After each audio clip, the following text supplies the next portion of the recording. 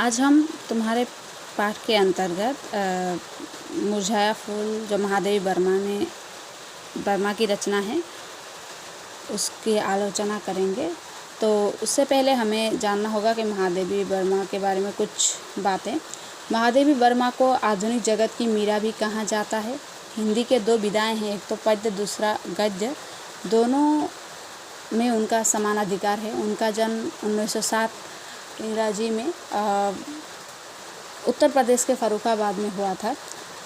उनकी ये कविता मुरझाया फूल अत्यंत मार्मिक कविता है। उन्होंने अपने कविता में मानव जीवन के जो क्षणभंगुरता को अत्यधिक मार्मिक ढंग से दर्शाया है। अच्छा, हम कविता में आते हैं। था कली के रूप शैशव में आहा सूखे सुमन, हास्य करता था खिलाता अंक में तुझको पवन। अपनी इस कविता मुरझाया फूल में वो पुष्प से कहती है कि सूखे सुमन, अपने बाल्यकाल में तुम कली के रूप में थे। उस समय हंसते खिलखिलाते हुए तुम पवन के प्रभाव से खिल गए। खिल गया जब पूर्ण तू मंजुल सुकोमल फूल बन, लुब्ध मधु के हेतु मडराने लगे उड़ते भ्रमर। जब शुरुआत में पुष्प खिलता है तो उस पर बहुत सारे भंवरे आकर मधु के लिए मडराने लगते हैं। स्निग्ध किरणें चंद्र की तुझको हंसाती थी सदा, ओस मुक्ता जाल से सिंगारती थी सर्वदा।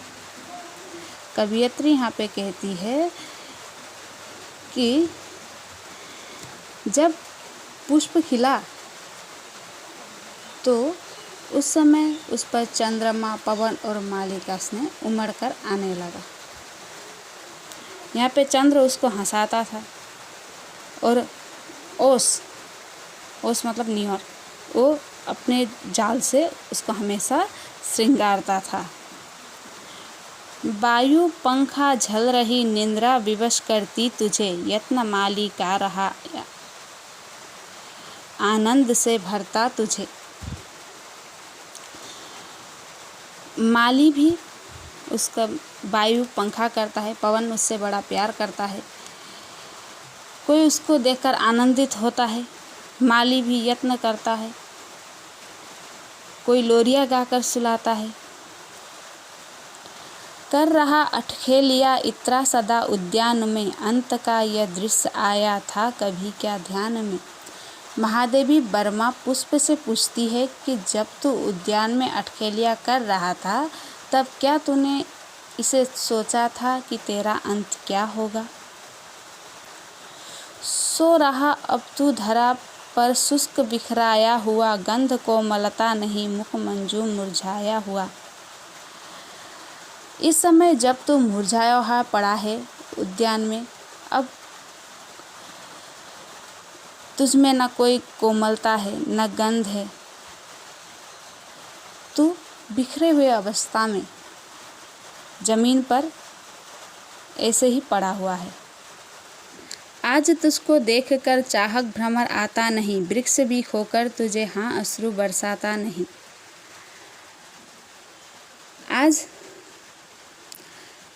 आज कोई भ्रमर क्यों पास नहीं आता तेरे, और वो पवन जिसने तुझे आनंद दिया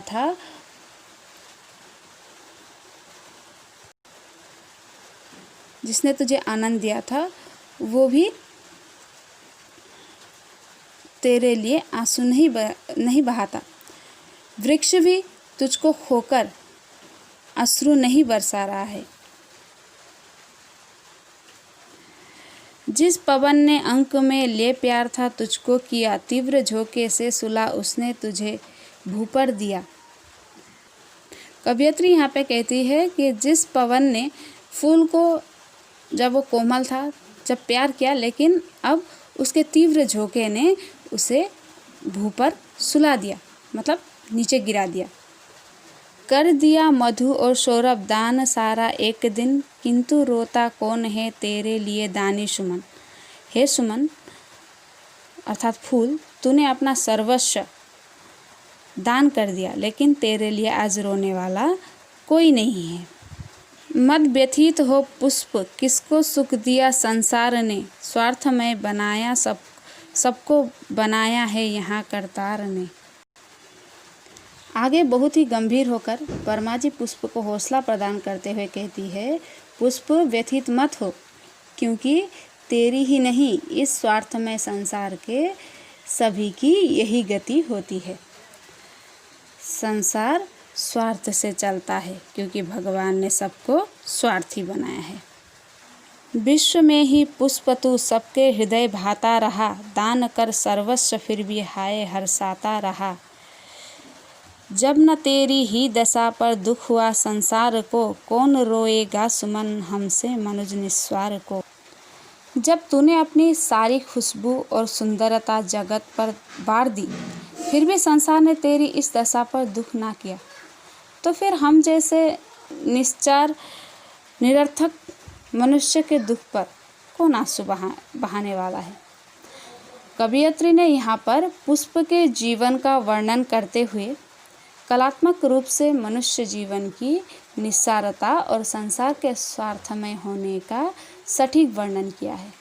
कवयित्री कहती है कि मनुष्य को ये समझना चाहिए कि जीवन क्षणभंगुर है, वो उसी के अनुसार संसार में आचरण करना चाहिए।